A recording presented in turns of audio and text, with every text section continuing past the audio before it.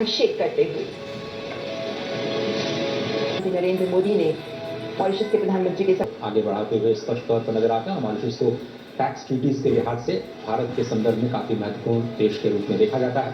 प्रधानमंत्री नरेंद्र मोदी मॉरिशस के प्रधानमंत्री प्रविंद जगन्नाथ का स्वागत करते हुए भारत का आदान प्रदान महत्वपूर्ण स्तर पर होता रहता है। नीदरलैंड्स की जो वाटर मैनेजमेंट की प्रैक्टिसेज हैं, एग्रीकल्चर की प्रैक्टिसेज हैं, वो पूरी दुनिया के लिए एक मिसाल है। और राष्ट्रपति जब यहाँ की यात्रा पर थे तो बहुत सारे बायोलेटरल्स के जरिए दोनों देशों के कारोबारी संबंधों को और मजबूत बनाने की कोशिश की गई थी। और नीदरलैंड्स के प्रधानमंत्री जिस मुस्कुराहट के साथ आगे बढ़े और गले लगकर प्रधानमंत्री का साथ उन्होंने गर्मजोशी से किया, उसके साथ देख सकते हैं कि दोनों देशों के संबंधों में जो गर्मजोशी है ये उसका उदाहरण प्रस्तुत करता है। तो प्रधानमंत्री नरेंद्र मोदी नीदरलैंड्स के प्रधानमंत्री मार्क रूट का स्वागत करते हुए सौभाग्य की बात है कि भारत को G20 की प्रेसिडेंसी दी गई है इस साल, और बहुत सारे मुद्दे जो ग्लोबल साउथ पे उठाए गए हैं वो नाइजीरिया ने उनका समर्थन किया है और भारत के प्रति अपनी कृतज्ञता जताई। और अफ्रीका का आमंत्रित देश के रूप में G20 शिखर सम्मेलन में शामिल होना भी बेहद महत्वपूर्ण संकेत देता है। और नाइजीरिया के राष्ट्रपति का भारत आना और प्रधानमंत्री नरेंद्र मोदी इस वक्त नाइजीरिया के राष्ट्रपति बोला अहमद तिनुबू का स्वागत करते हुए और स्पष्ट तौर पर नाइजीरिया बहुत से उत्साहित होगा, क्योंकि बहुत सारे इन्वेस्टमेंट्स के इंटरेस्ट लगातार आने शुरू हो गए हैं। ऑटो सेक्टर में कुछ बड़ी उम्मीदें, कुछ बड़े ऐलान भी हुए हैं बीते दिनों।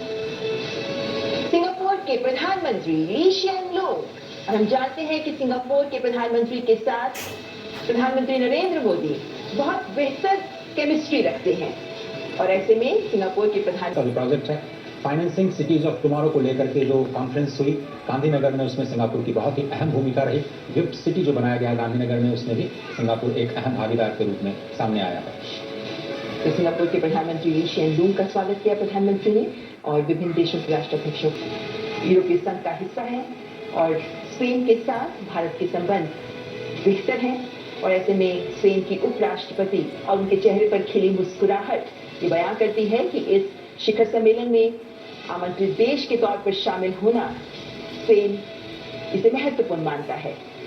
दोनों देशों के बीच स्किल्ड वर्कफोर्स के आदान प्रदान को लेकर के काफी ज्यादा उत्सुकता दिखाई दे रही है। और स्पष्ट तौर पर जो G20 में बातचीत चल रही है, लेबर फोर्स के किसी भी तरह के मूवमेंट को बढ़ावा देने के लिए जो एक आम सहमति, एक वैश्विक सहमति बनाई जाए, उससे भारत और स्पेन दोनों ही देशों को फायदा होने की उम्मीद है। प्रधानमंत्री नरेंद्र मोदी स्पेन की उपराष्ट्रपति नादिया कैल्विनो सेंटामारिया का स्वागत करते हुए हैंडशेक करते हुए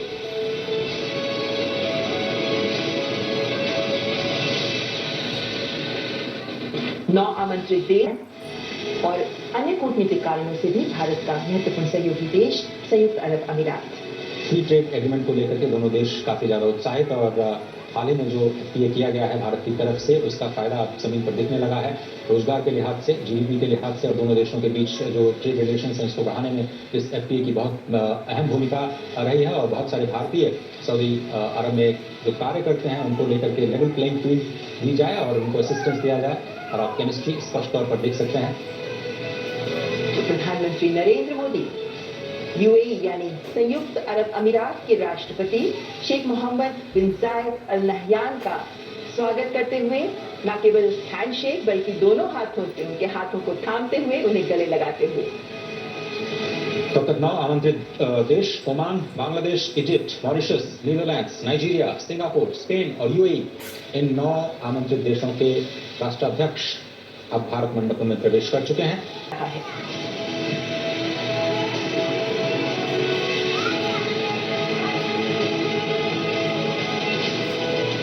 सहमति बना पाए, उसमें मैक्सिको ने एक अहम योगदान दिया। और स्पष्ट तौर पर G20 के सदस्य देश के रूप में भारत और मैक्सिको के न केवल द्विपक्षीय संबंध बल्कि G20 के मंच पर भी इन दोनों देशों का एक विकासशील देश के तौर पर अपने विचारों को रखना काफी अहम है। तो मैक्सिको की आर्थिक मामलों की मंत्री राकेल बुएनरोस्ट्रो सैnchez का स्वागत करते हुए प्रधानमंत्री नरेंद्र मोदी। मैक्सिको के राष्ट्राध्यक्ष का ही G20 शिखर सम्मेलन में आना था, लेकिन स्वास्थ्य कारणों से वे नहीं आ पाए, तो मैक्सिको का प्रतिनिधित्व कर रही वहां के आर्थिक मामलों की मंत्री। घोषणा पत्र में जब वो कल सामने आएगा तो जो महत्वपूर्ण बिंदु रहेंगे वो भारत के उद्घोष को तो सामने रखेंगे ही, लेकिन साथ ही विश्व को भी नया संदेश, नई दिशा दे पाएंगे, क्योंकि ये संदेश जो इस भारत मंडपम से निकलेगा, ये संदेश पूरे विश्व के कल्याण और पूरे विश्व के विकास के संदेश के साथ जुड़ा हुआ होगा। वसुधैव कुटुंबकम ये थीम एक सर्व समावेशी थीम, तभी भारत एक पृथ्वी, एक कुटुंब, एक भविष्य की बात कर रहा है और इसीलिए इन्हीं विभिन्न मुद्दों पर सहमति बनाने के पास इस भारत मंडपम में कुछ ही पलों बाद शुरू हो जाएंगे, जब औपचारिक एक पावन धारा के रूप में जो भारत अपने आप को, भारत जिसका नाम ही है कि जहां पर लोग ज्ञान प्राप्त करने में प्रयासरत रहते हैं, और इसीलिए भारत मंडपम इस शब्द को भी बार बार रेखांकित करने का प्रयास किया जा रहा है। ये भारत मंडपम से सीधे हम आपके लिए खास तौर पर लेकर के आए हैं, जहां पर अब से थोड़ी ही देर बाद G20 शिखर सम्मेलन 2023 भारत की अध्यक्षता में शिखर सम्मेलन यानी लीडर्स अब दिल्ली डिक्लेरेशन पर अपनी अंतिम मुहर लगाएंगे। कौन से मुद्दे, कौन सी प्राथमिकताएं जो भारत ने रखी, जिन पर वैश्विक सहमति बनती है, उनका हल निकाला जाए, पुरजोर कोशिश की भारत ने अपनी ओर से। तो प्रधानमंत्री नरेंद्र मोदी अर्जेंटीना के राष्ट्रपति अल्बर्टो फर्नांडिज का स्वागत करते हुए, अर्जेंटीना जो भारत के साथ कई विभिन्न समूहों में मंच साझा करता है और इस वक्त G20 शिखर सम्मेलन में प्रधानमंत्री नरेंद्र मोदी अर्जेंटीना के राष्ट्रपति का स्वागत करते हुए, इसका असर आने वाले दिनों में आपको प्रेसिडेंसी के दौरान दिखाई दे सकता है। एक बड़ी पहल ऑस्ट्रेलिया ने जिसका भरपूर समर्थन किया। प्रधानमंत्री नरेंद्र मोदी ऑस्ट्रेलिया के प्रधानमंत्री एंथनी नॉर्बन एल्बनीजी का स्वागत करते हुए,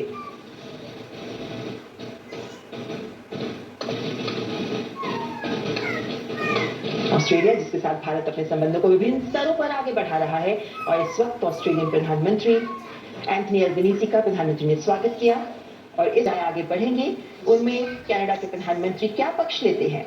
तो कनाडा के प्रधानमंत्री जस्टिन पियर जेम्स ट्रूडो का स्वागत करते हुए प्रधानमंत्री नरेंद्र मोदी। और भारत ने स्पष्ट तौर पर कहा है कि जो राजनीतिक या भू राजनीतिक परिस्थितियां हैं, उनको भारत ने G20 के विकास के मुद्दे पर मोदी के साथ, लेकिन G20 में यूरोपियन यूनियन की महत्वपूर्ण भूमिका, पूरे यूरोप की तरफ से एक मात्र सदस्य जो पूरे यूरोप का प्रतिनिधित्व करता है G20 के इस बहुत ही खास मंच का। तो यूरोपियन यूनियन की कमीशन की president Ursula von der Leyen, जिनका प्रधानमंत्री नरेंद्र मोदी के द्वारा स्वागत किया जा रहा है। शार्ल मिशेल जो कि यूरोपियन यूनियन कमीशन के प्रेसिडेंट हैं और इस वक्त महत्वपूर्ण भूमिका, और G7 के मंच पर जब प्रधानमंत्री नरेंद्र मोदी गए थे तो स्पष्ट तौर पर उनका भव्य स्वागत किया गया था और वहां पर जो क्लाइमेट जस्टिस को लेकर के आवाजें उठी थी उसको जर्मनी का भरपूर समर्थन मिला था। जर्मनी और भारत के बीच में पीपल टू पीपल कनेक्ट को लेकर के और ज्यादा रिश्तों को मजबूत करना और साथ ही साथ द्विपक्षीय संबंधों को बढ़ावा देना, उस पर भी निगाह रहेगी। लेकिन G20 के मंच पर जर्मनी की बहुत ही खास भूमिका वैश्विक मुद्दों पर सहमति बनाने के लिहाज से। प्रधानमंत्री नरेंद्र मोदी जर्मनी के चांसलर ओलाफ शोल्ज का स्वागत करते हुए, एक साझे प्रयास के तौर पर जो प्रेसिडेंसी की थी इटली ने, उसे काफी सराहा गया था और इटली ने भी भरपूर समर्थन दिया है भारत की G20 प्रेसिडेंसी का। केमिस्ट्री आपकी स्क्रीन पर।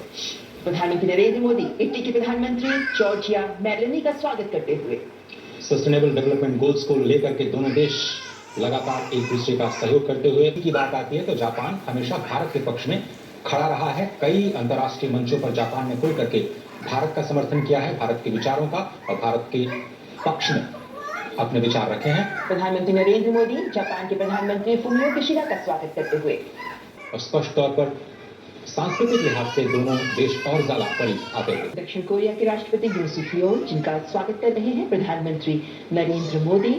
तो कई सदस्य देश जिनके आगमन का इंतजार और प्रधानमंत्री नरेंद्र मोदी, दोनों ही नेता एक बार फिर से कुछ ही दिनों में मिलते हुए विकासशील देशों के साझा हितों को वैश्विक मंच प्रदान करते हुए दोनों देशों के संबंध कारोबारी तौर पर, सांस्कृतिक तौर पर और मानवीय तौर पर बहुत ही प्रगाढ़, बहुत ही प्राचीन।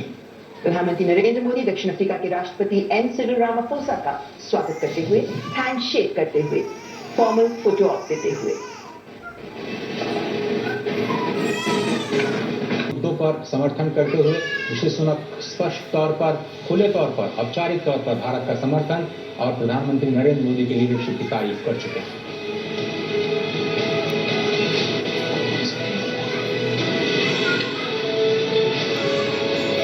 विदेश मंत्री सर्गेई लावरोव का भी आगमन, व्लादिमीर पुतिन नहीं आ पाए, उनकी जगह सर्गेई लावरोव रूस का प्रतिनिधित्व करते हुए। रूस एक शक्तिशाली देश जिसकी आवाज G20 शिखर सम्मेलन में महत्वपूर्ण रहेगी। अध्यक्षता सौंपेंगे और इसके हालांकि सितंबर ये जो कल डिक्लेरेशन किया जाएगा, ट्रांसफर किया जाएगा प्रेसिडेंसी, उसके बाद भी भारत की ओर से काम जारी रहेगा 30 नवंबर तक। 1 दिसंबर से ऑफिशियली ये प्रेसिडेंसी जारी और विकासशील देशों को, मुद्दों को प्राथमिकताओं के तौर पर जरूर शामिल किया जाएगा। पूरे विश्व को यही उम्मीद। तो ब्राजील के राष्ट्रपति लुइज इनासियो लुला दा सिल्वा का स्वागत करते हुए प्रधानमंत्री नरेंद्र मोदी। ऐसे में विभिन्न राष्ट्राध्यक्षों का भारत मंडपम में आगमन और उसके बाद पहले सत्र में उनका शामिल होना ये उम्मीद जताता है कि कुछ सार्थक चर्चा, सार्थक विमर्श निकलकर सामने आएगा। हम जानते हैं कि शेरपा ट्रैक पहले ही विभिन्न बिंदुओं पर, विभिन्न मंचों पर, विभिन्न एंगेजमेंट ग्रुप्स और वर्किंग ग्रुप्स के सजेशंस, रिकमेंडेशंस को साथ लेकर डॉक्यूमेंट तैयार कर चुका है, जिस पर मुहर लगाएंगे विभिन्न राष्ट्राध्यक्ष। और चीन के प्रधानमंत्री ली चियांग का स्वागत करते हुए प्रधानमंत्री नरेंद्र मोदी। चीन जो G20 शिखर सम्मेलन के विभिन्न मंचों पर विभिन्न चर्चाओं में कुछ मुद्दों पर सवाल उठाता रहा है, लेकिन उम्मीद की जा रही डॉक्यूमेंट आएगा, उसमें एकमत सहमति मिल पाएगी। दो संकटों से यहाँ का सामना होगा और इसका असर SDGs के जो लक्ष्य हैं उन पर स्पष्ट तौर पर दिखाई देगा। ऐसे में अब रिकवरी की तरफ वर्ल्ड का पूरे विश्व का फोकस जो है वो अब जाता हुआ और उस रिकवरी को कैसे और ज़्यादा स्ट्रांग बनाए, कैसे इंक्लूसिव बनाया जाए, उस पर लगातार भारत की प्रेसिडेंसी ने काम किया है और उसका नतीजा आज और कल की लीडरशिप समिट के दौरान पूरी दुनिया को दिखाई देगा। इस वक्त जो 18वां G20 शिखर सम्मेलन का आयोजन हो रहा है, ये उस दौर में हो रहा है जब विश्व कोविड महामारी से बाहर निकल रहा है। बहुत से देश ऐसे हैं जो अभी कोविड महामारी से उबर रहे हैं। ऐसे में जो चुनौतियां सबके सामने हैं, खासतौर पर विकासशील देशों के सामने, हालांकि G20 हमेशा से एक आर्थिक मंच रहा है, लेकिन पिछले कुछ वर्षों में अन्य महत्वपूर्ण मुद्दे भी इसके साथ जुड़ गए हैं और उसी के चलते इस बार के G20 शिखर सम्मेलन को भारत ने नए आयाम देने का प्रयास किया है। और ये भारत मंडपम के दृश्य जो सीधे आप तक पहुंच रहे हैं, ये भारत मंडपम जिसमें अब से कुछ ही पलों के बाद, औपचारिक स्वागत के बाद कुछ ही पलों बाद पहले सत्र का शुभारंभ हो जाएगा और दोनों देशों के बीच जो वार्ता हुई उसके बाद कुछ ठोस परिणाम जो सामने हो, जो पहलू अमेरिका के राष्ट्रपति जोसेफ आर बाइडेन जिनका भारत मंडपम में आगमन और अमेरिका के पहले स्टेट विजिट के दौरान जिन मुद्दों की शुरुआत प्रधानमंत्री मोदी ने की थी उसको और आगे बढ़ाते हुए दोनों ही नेता अपने द्विपक्षीय वार्ता के दौरान और G20 के मंच पर भी जो वैश्विक मुद्दे हैं, भारत की प्राथमिकता के मुद्दे हैं, अमेरिका ने उनका खुल करके स्वागत किया है। मल्टीलेटरल एजेंसीज, इंस्टीट्यूशंस में रिफॉर्म्स के मुद्दे पर अमेरिका स्पष्ट तौर पर भारत का समर्थन करता हुआ नजर आया है। UNSC की स्थायी सदस्यता का भी अमेरिका ने खुले तौर पर समर्थन किया है और ये स्पष्ट तौर पर अमेरिका कहता आया है कि अगर दुनिया की ग्रोथ को सस्टेनेबल बनाना है तो भारत को नजरअंदाज नहीं किया जा सकता। बदलते हुए परिदृश्य में दुनिया की सोच को बदलना ही होगा और दुनिया की सबसे पुरानी डेमोक्रेसी, दुनिया की सबसे बड़ी डेमोक्रेसी। प्रधानमंत्री नरेंद्र मोदी अमेरिका गए थे, तब भी हमने देखा कि किस तरीके से उनका स्वागत करते हुए राष्ट्रपति और फर्स्ट लेडी ने प्रधानमंत्री के दोनों तरफ से हाथ पकड़ के वे उन्हें अपने आवास के अंदर लेकर गए थे। और ये दिखाता है कि दोनों देशों के राष्ट्राध्यक्षों के बीच कितने मधुर, कितने करीबी संबंध हैं। और प्रधानमंत्री नरेंद्र मोदी इस वक्त पीछे इस चित्र को राष्ट्रपति जो बाइडेन को एक्सप्लेन करते हुए कि इसके मायने क्या हैं। कि प्रोडक्शन कम किया जाए और इसका सीधा असर दाम पे बढ़ा है, जो पिछले दिनों में बड़ी तेजी से कम उसमें 10% का फर्क आ गया है और ये ट्रेंड जो है अभी चलने वाला लगता है। मोहम्मद सलमान भी पहुंच गए हैं कार्यक्रम स्थल पर और संभवतः इसके पश्चात फोटो ऑप होगा, सामूहिक चित्र होगा। जितने भी प्रतिनिधि G20 देशों के पहुंचे हैं उनके साथ प्रधानमंत्री आप देख सकते हैं। और बिल्कुल प्रतिनिधि और प्रधानमंत्री ने थोड़ी देर पहले सऊदी अरब के प्रिंस हैं जी अमेरिकी राष्ट्रपति से जब मुलाकात की तो पीछे जो चित्र है वो उसको दिखाते हुए वो नजर आए। और ये बता दें कि कोणार्क सूर्य मंदिर से ये प्रतिकृति ली गई है और साथ ही साथ इसमें G20 इंडिया के लोगों के साथ इसकी थीम को भी दर्शाया गया है।